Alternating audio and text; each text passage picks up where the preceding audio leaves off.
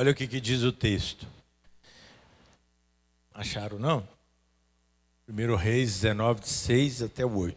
Diz assim: E olhou, e eis que a sua cabeceira estava um pão cozido sobre as brasas, e uma botija de água, e comeu e bebeu, e tornou a deitar-se.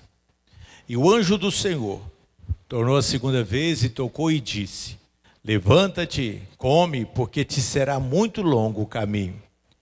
Levantou-se, pois, e comeu e bebeu, e com a força daquela comida caminhou 40 dias e 40 noites, até Horebe, o monte de Deus. Amém? Senhor, eu te peço que o Senhor possa falar aos nossos corações agora através dessa palavra.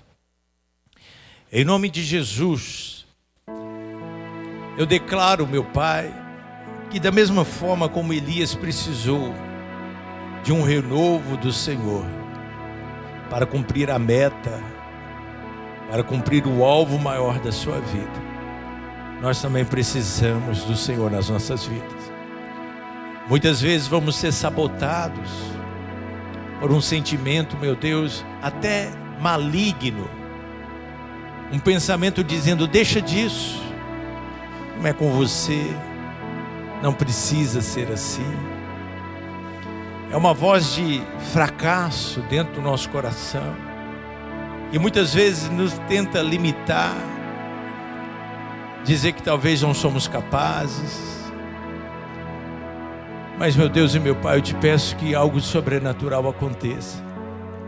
O anjo do Senhor apareceu e trouxe a resposta para o teu servo. Eu te peço que o teu anjo apareça aqui agora e nos ajude. Todos nós, meu Deus, temos tantas coisas que têm drenado a nossa energia, que têm tentado roubar o foco da nossa vida, que têm tentado nos desqualificar. Mas, meu Deus e meu Pai, que o céu se abra neste lugar e o renovo do Senhor possa alcançar cada coração.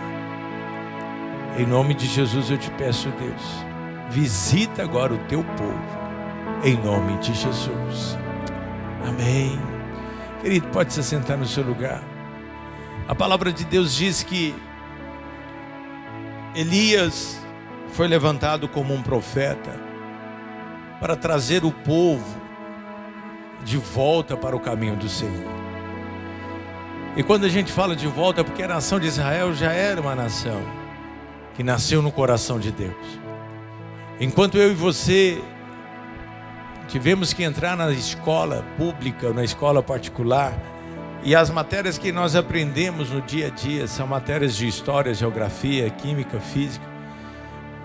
Os judeus aprendiam desde crianças, e naquela época o modelo de escola era dentro de casa. Lógico que eles aprendiam a alfabetização, aprendiam as ciências da época, mas eles também aprendiam através da história que a nação de Israel nasceu através de um milagre de Deus nessa terra. Então, queridos, o povo havia se esfriado, o povo havia se desviado desse conceito, desse entendimento. A Bíblia fala de apostasia. O que é apostasia? Quando você está numa fé e você vai esfriando na sua caminhada. Aí então Elias é levantado para chamar o povo ao arrependimento, fazer com que o povo volte para o caminho de Deus. E a coisa tinha se tornado tão forte, aquele distanciamento, que a rainha da época era uma pessoa totalmente idólatra. Existia o rei Acabe, alguém que havia esfriado na sua fé. Mas a rainha Acabe, ela era estrangeira. E quando ela vem para a nação de Israel, ela traz também os ídolos. Ela traz a idolatria. Então não só o povo havia se esfriado, como havia permitido agora que outros deuses fossem levantados no lugar do Deus verdadeiro. Quando a pessoa não tem um conhecimento, quando a pessoa não teve uma experiência com Deus, talvez a gente pode dar um desconto. Mas quando um povo já havia experimentado o milagre, um povo que nasceu vendo um mar vermelho se abrindo para que eles pudessem passar, um povo que viu os milagres de provisão ali no deserto, um povo que viu gigantes caindo por terra, esse povo não podia esfriar-se. E não só esfriar, mas a audácia de substituir Deus por outras coisas, por outros ídolos nessa terra. Então Elias se levanta como um instrumento para fazer o povo voltar para o caminho de Deus.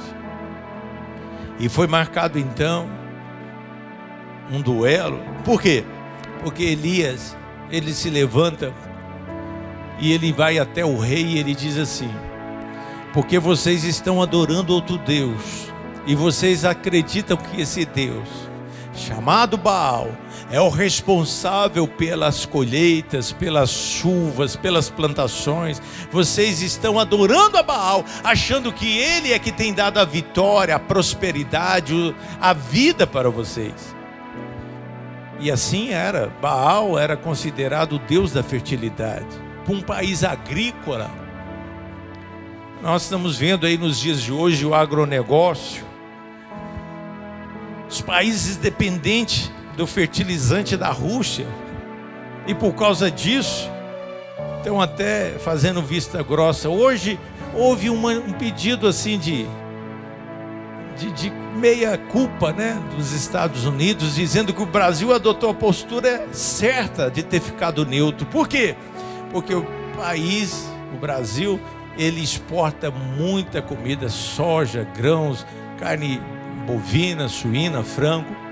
E se o país deixa de receber os fertilizantes, não é só a nação brasileira que vai ter problema com a alimentação. Os Estados Unidos, a China.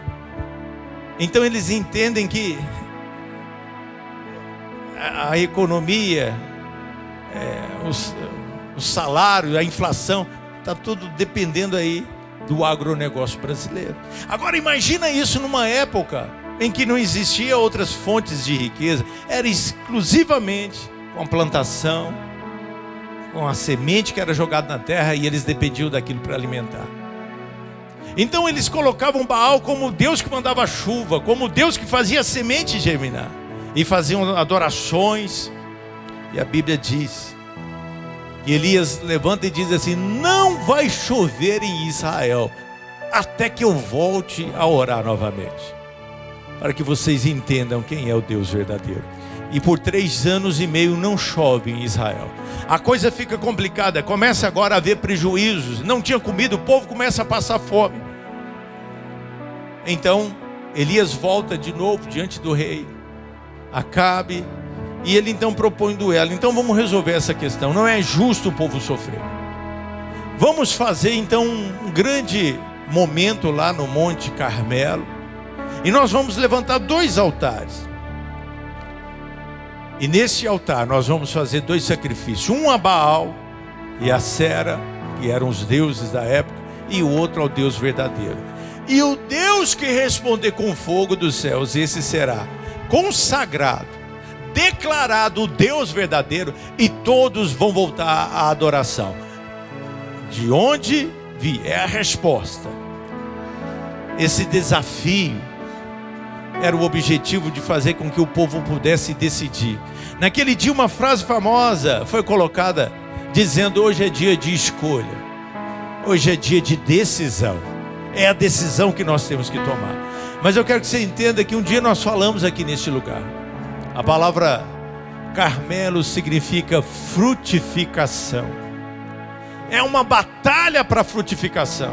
O diabo quer que você não frutifique. O diabo não quer que você venha dar fruto, principalmente no reino espiritual e também na sua vida, que é uma coisa ligada à outra. Quando você prioriza o reino de Deus, as bênçãos vêm nas outras áreas. Então ele quer que a esterilidade esteja estagnada e dominando você. Então ele quer te levar ao engano, ele quer desviar a tua rota. Talvez você não tenha ídolos na tua vida, você já é um cristão, mas você se apostatou, você esfriou.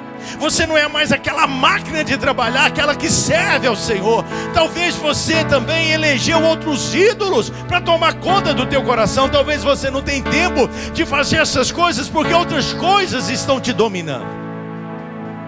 E aí tem um ídolo instalado aí. Porque nós temos o mesmo tempo. Se a gente souber administrar, a gente vai conseguir ter tempo para trabalhar, tempo para descansar, tempo para servir a Deus e sobretudo ser abençoado com isso. Sabe, pensa comigo na eternidade. Eternidade é algo que não tem fim e nem tem começo. E a eternidade, quem compreende a eternidade é só Deus, porque Ele é eterno. Eu e você, nessa eternidade inteira, nós só temos uma faixa pequena, que é o tempo de vida nessa terra. O tempo da nossa existência. Quando você nasceu, é o dia que começou a tua existência. Deus não tem início, Ele sempre existiu, mas nós tivemos uma data de nascimento. Agora, nós não temos data final, porque quando a gente morre, a gente vai viver essa eternidade ou para Deus ou para a perdição. E Deus deu esse tempo de existência na terra para a gente saber aproveitar, saber planejar, saber implementar as metas, saber administrar. E quando a gente gasta de forma errada, de forma equivocada, colocando talvez outras coisas com um tempo maior, sugando todo o nosso momento, o nosso tempo, nós estamos idolatrando essa coisa. A gente consegue dosar. Então talvez tem muitos ídolos que precisam cair na nossa vida.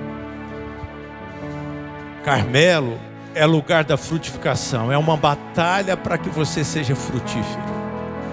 Nós vamos ver Deus falando com várias pessoas. Ana, que nós falamos aqui hoje, era uma mulher estéril, porque Deus não nos criou para a esterilidade. Ele quer que a gente seja frutífero em todas as áreas. Então nós precisamos enfrentar esse Carmelo. E a Bíblia diz que Elias enfrentou. E naquele dia, a Bíblia diz que fogo caiu dos céus sobre o altar que Elias levantou. Se você levantar um altar, fogo dos céus vai cair sobre a tua vida. Se você honrar Deus como prioridade da tua vida, as coisas vão fluir, a energia vai vir, a alegria vai vir, a presença de Deus vai ser o combustível que te fará caminhar e você vai vir a frutificar. Como resultado dessa batalha, Elias levanta e diz para o rei Acabe: desce correndo, porque vai vir chuva. Elias primeiro ora, durante 7 vezes ele se ajoelha. E ele vai orando e ele pede o servo dele para olhar. O servo vai olhando, no primeiro momento não vê nada, no segundo momento, de repente ele volta e diz: eu vejo uma pequena nuvem, mas ela é tão insignificante, é do tamanho da mão de um homem. Mas ele se levanta porque Elias entende que as coisas só é pequenas na nossa mão, mas na mão de Deus é o suficiente. E tudo começa com pequenas atitudes. Elias levanta confiante porque ele entendia que o Deus que ele havia cultuado naquele altar era um Deus que respondia à sua oração. E naquele dia começou a formar de coisas pequenas. Eu declaro que Deus já começou uma obra na tua vida. Mas se você já se sente muito abençoado, isso é muito pequeno diante daquilo que Deus vai fazer. Mas é só o começo, porque vão vir grandes coisas. Ali era uma pequena nuvem, mas se tornou uma grande tempestade de chuva naquele lugar. Querido, foi uma grande vitória. Um milagre. A chuva voltou a cair sobre Israel.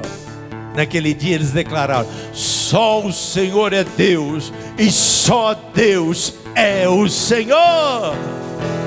Aleluia! Só o Deus da nossa vida. A Ele a honra, a glória, o louvor. A Ele a adoração. Mas naquele dia, naquele altar, foi colocado um elemento interessante. Lembra que havia seca? 3 anos e meio sem chuva. Mas naquele altar foi colocado água. Diga comigo, água. Água representa vida. Era um sacrifício. Talvez alguém ia dizer, não, mas eu tenho que segurar a água, porque está faltando água. Mas para que Deus fizesse tudo aquilo, tem que ver uma atitude de fé e de entrega. Eles colocaram água no altar. O fogo veio e lambeu a água. Você entende que você tem que se entregar para Deus, para que Deus responda com o fogo dos céus, para que venha mais tempestade. Talvez você está segurando e achando, eu vou desperdiçar minha vida. Coloca a tua vida para você ver o que